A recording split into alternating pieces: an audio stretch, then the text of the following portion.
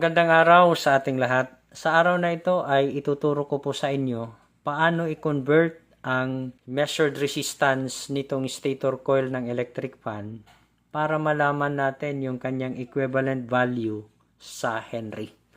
Ang Henry ay siyang unit of measurement ng inductor o ng mga coil.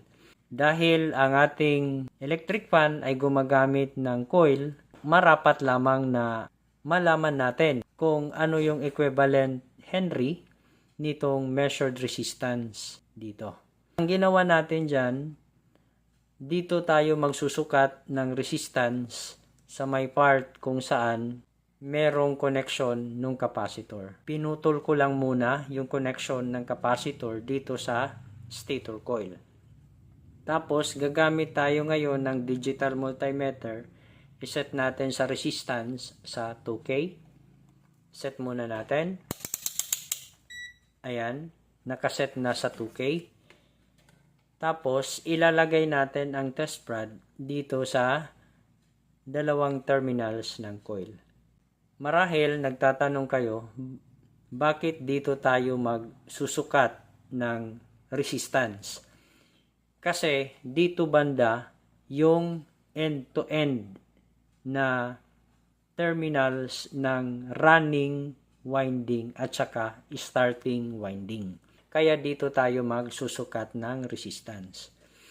Bale, ang nangyayari kasi dyan, ang running winding at saka starting winding, yan po ay naka-series. So, pag naka-series, since andito yung end-to-end na terminal, so dito natin masusukat yung kanyang total inductance.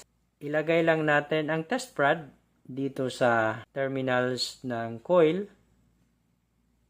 Tingnan natin ang nasukat na resistance. Yan po ay nasa 0.772 kilo ohms o 772 ohms. So, yung 772, yan po yung i-convert natin kung ano yung kanyang equivalent sa Henry. Ngayon, para ma-convert natin yung measured resistance na 772 ohms, para ito ay malaman natin yung kanyang value sa Henry, gumamit tayo nitong formula na H is equals to R divided by 2 pi F. Yung H, yan po ay Henry. Yung R, measured resistance. Ito po ay constant values. 2 pi F. Ngayon, ang ginawa natin, syempre, nag-substitute tayo ng value ng measured resistance ng R ay 772. Tapos, sinubstitute din natin ang values nung 2. Yung pi ay 3.14.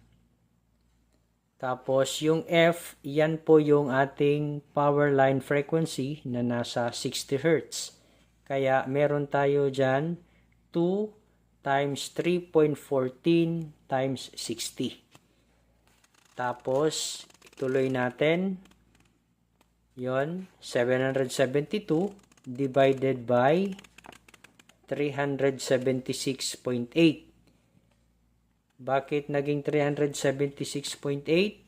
Yan po ang naging resulta nung i-compute natin ang 2 times 3.14 times 60. Kaya meron tayong 376.8. Ngayon, i-perform na natin ang pag-divide ng 772 divided by 376.8. Tayo po ay merong na-compute na 2.04 Henry. So, bale, ayan po yung kabuuan ng ating pag-convert ng measured resistance para ito ay magkaroon tayo ng value sa Henry. Sana po ay meron kayong natutunan sa aking video tutorial.